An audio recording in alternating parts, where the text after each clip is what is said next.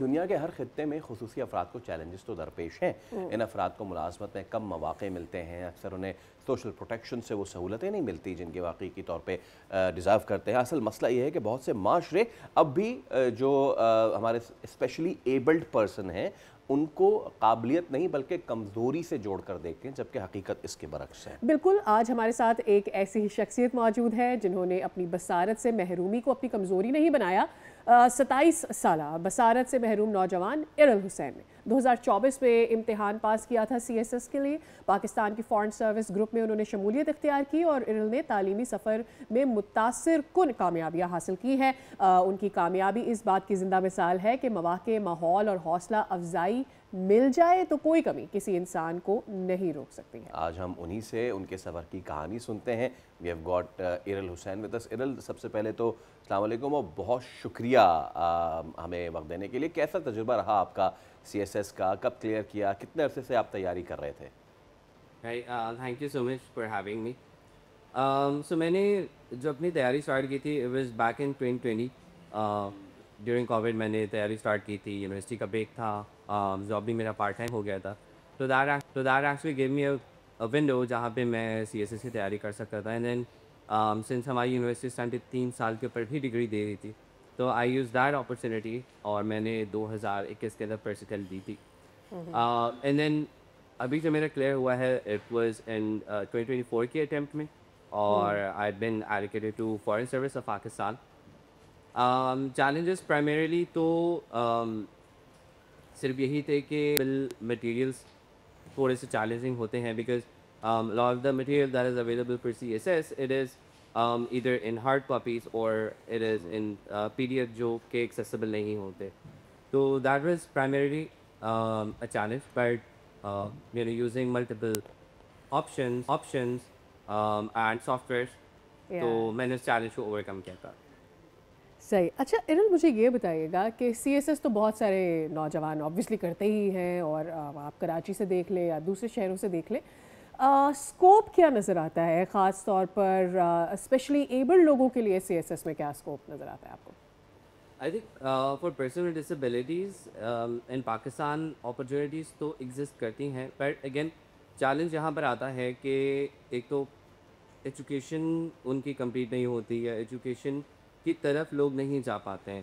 There are barriers ان کے لیے، environment کے اندر بیریئرز ہوتے ہیں، لوگوں کے ایٹیٹیوڈس کے اندر بیریئرز ہوتے ہیں، اور وہ بیریئرز کی بیسس کے اوپر وہ ایجوکیشن یا ریلیونٹ ایجوکیشن حاصل نہیں کر پاتے ہیں. Because education is the basic thing. اگر وہ CSS کی طرف آنا چاہتے ہیں تو toward CSS they have a lot of potential and possibilities, because Federal Public Service Commission gives a lot of accommodations to persons with disabilities. For example, I am blind, اور مجھے 2 آپشنز دیے گئے تھے. either I can take a writer or they give me a laptop جس کے اوپر JAWS installed ہوا ہوا ہے, so that I can listen to my paper and write it down myself. اسی طریقے سے we do get other time as well, because for persons with disabilities things can take a little longer. تو considering that Federal Public Service Commission extra time بھی دیتا ہے so that person with disabilities can participate in the competitive examination. اچھا ارل، مجھے یہ بتائیے کہ contemporary ہمارے دور میں آپ کو کیا لگتا ہے بچوں کا رجحان نہیں ہے اس طرف؟ بچے کیوں نہیں جاتے؟ ان کو اویئرنیس نہیں ہے؟ مشکل لگتا ہے؟ What is the situation? I think the part that scares people a lot, ایک تو آپ نے انگلش ایسے کا مینشن کیا کہ انگلش ایسے ایک مشکل سبجیکٹ سمجھا جاتا ہے، بیکاز ایک ٹاپک کے اوپر آپ نے 3000 ورڈ کا 2500 ورڈ کا ایسے لکھنا ہے. تو آئی تھنک وہ ایک بہت بڑا چیلنج ہوتا ہے، ان سینس ہمارے لوگوں کی ہیبٹ نہیں ہوتی ہے، اینڈ دین انگلش لینگویج ہماری فرسٹ لینگویج بھی نہیں ہے. تو کنسیڈرنگ دیٹ لوگوں کو ایک مشکل ٹاسک لگتا ہے. دوسرا ایک آئیڈیا یہ ہے کہ especially here in Karachi, people are more motivated towards the corporate jobs, because اگر آپ گورنمنٹ سروسز کے اندر جاتے ہیں تو you have to live as in other cities. آپ کی پوسٹنگ ہو سکتی ہے، بٹ while you're working آپ ایک corporate sector کے اندر 9 to 5 کی آپ کی جاب ہوتی ہے. So you are living in the same city, آپ کو کوئی sacrifices نہیں کرنے پڑتے ہیں. اچھا وین یو مینشن نا ایسے رائٹنگ، مجھے ایسا لگتا ہے ہم بہت زیادہ رٹافیکیشن کو فروغ دیتے ہیں، اور جو irrational تھنکنگ ہوتی ہے، آئی میں سے جو کریٹیکل تھنکنگ ہوتی ہے، جو out of the box thinking ہوتی ہے، آپ کی خود سوچ آپ کو کیا بتا رہی ہے، اس کو ہم اتنا ویلکم نہیں کرتے اور انکریج نہیں کرتے، اس لیے بچے جو ہے وہ ایک دم سے اسٹن ہو جاتے ہیں وین دے ہیو ایسے رائٹنگ یا اس طرح کی کبھی کریٹیو رائٹنگ آتی ہے خاص طور پر. آئی تھنک سو کہ آئی تھنک سسٹم کے اندر اتنی زیادہ اسپیس نہیں ہے اور سوچنے کا مواقع بھی نہیں دیے جاتے، ایکسپریشن کے مواقع بھی نہیں دیے جاتے تاکہ لوگوں کے برینس کھل سکیں.